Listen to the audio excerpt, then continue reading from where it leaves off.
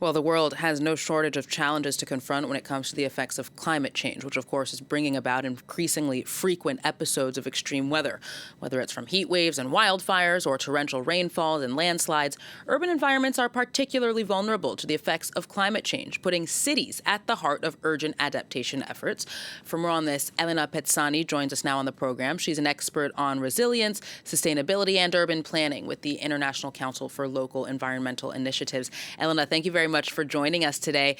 So to start, there's somewhat of a paradox, I think, to me when thinking about adapting cities to the effects of climate change, because I think that you could argue that in many ways, the development of major cities, metropolises with growing populations, the requirements of urban living is also driving climate change. So, are cities themselves part of the problem? Yes, thank you very much. And indeed, as you already mentioned, we cannot simply react when the flames are already burning. So urban planning might not be the first mechanism that we think and it comes in mind, but it plays a crucial role when it comes to making our cities resilient. So we definitely need a proactive approach in managing multiple hazards, such as heat waves, extended drought, and that includes, of course, the wildfire. So we need to invest in prevention, supporting the communities while the fires are happening, but also ensuring that the recovery is faster and safer after the event itself. So it's very important to invest also in resilient infrastructure, and urban planning processes can definitely support us to identify which are the vulnerable communities, the assets, and also guide private investments and direct both structural but also not structural mechanisms when it comes to build resilient communities. When we're talking about building resilient communities, to put it otherwise, do you think that we should scale down the size of our cities? Is the fact of creating cities that, are meant to accommodate millions, if not tens of millions in many places, of residents, is it possible for that to really be sustainable? Mm-hmm. I don't think that we can change much how our cities are built, or they are oftentimes built beyond the municipality boundaries that we set in the urban plans. But what is really important is that we focus in prevention, and we understand how resilient infrastructure can actually support when it comes to address such events. So whether it is that it makes it easier for efforts on the ground, for the firefighters to access the fires, or to support safer evacuation of communities. So it comes more in the resilient planning on how we prevent and how we ensure that we have these free ways to evacuate or reach quicker to the wildfires, and of course work hand in hand with climate experts and different departments across the city to ensure that the different types of planning that we have, whether this is disaster risk management or land use planning or building regulations, all point towards the same point in building a resilient community and ensuring that we integrate preventive action before the flames come. When we talk about urban resilience, this encapsulates adapting to a range of risks, as you mentioned, fires, floods, droughts, etc. Is there a form of super resilience, so to speak, that can protect urban environments from any type of climate risk at once, or does what's required for some threats kind of run the risk of making cities more vulnerable to others?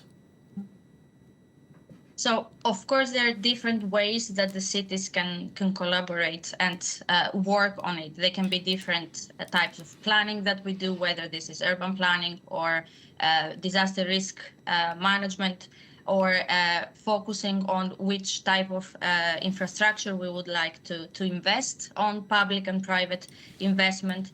And of course, technologies, right? We can use satellite data, we can use drones, and detect early fires so we can manage them earlier. But of course, that would mean nothing even if we build all the super plans for a city if we don't collaborate all together.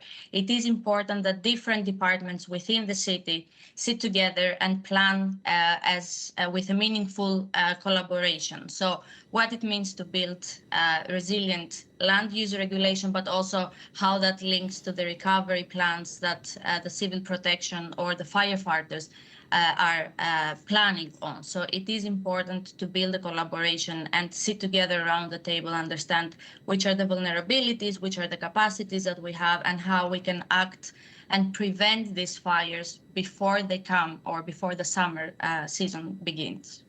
There's been a big debate in France this year in particular about air conditioning. That's because summers are, of course, getting hotter and hotter. Heat waves are suffocating, particularly in big cities and especially for vulnerable populations. It's hard to imagine now how life will be possible in certain cities without things like air conditioning. So I want to ask, how representative is this issue to you of some of the challenges of urban resilience? To what extent do the solutions that will be required, given how extreme things have gotten, risk further aggravating the climate crisis?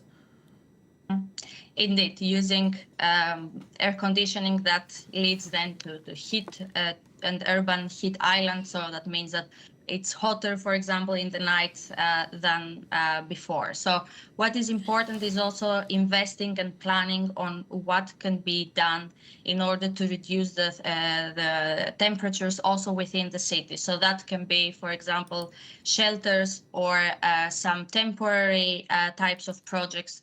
And we can then focus, for example, on nature-based solutions. So how we can use nature, how we can use these projects to integrate them and implement them within the city to provide shade. So, for example, more trees, or ensure that we have sufficient green spaces around the city, which oftentimes that, of course, in bigger cities, in both in France, but also in other European cities, can be a challenge, while we have older cities that doesn't provide so much of green spaces. So building a resilience with a resilience approach, also the green spaces and how this can be used as oases or shadows for also vulnerable groups, that can make have a big impact on how we address also the need of air conditioning or other projects or examples that we see throughout the cities in Europe are, for example, green roofs or green walls that can significantly reduce the temperatures of the buildings. And of course, that can lead also then to the energy poverty that we see and how this is related to then vulnerable groups in the cities. As a final question for you, Elena, what are some of the most pressing priorities in your view when it comes to making cities in Europe, where you're based, of course, more resilient to climate change? So there are several priorities, I would say, and one of them is nature-based solutions, how we can bring nature into our cities and how we can make use of this. Of course, how we can make use of these approaches to support the most vulnerable groups, so we can ensure that nobody is left behind. And especially we see in these hot days that the most vulnerable groups are the ones who are most pressed from this situation.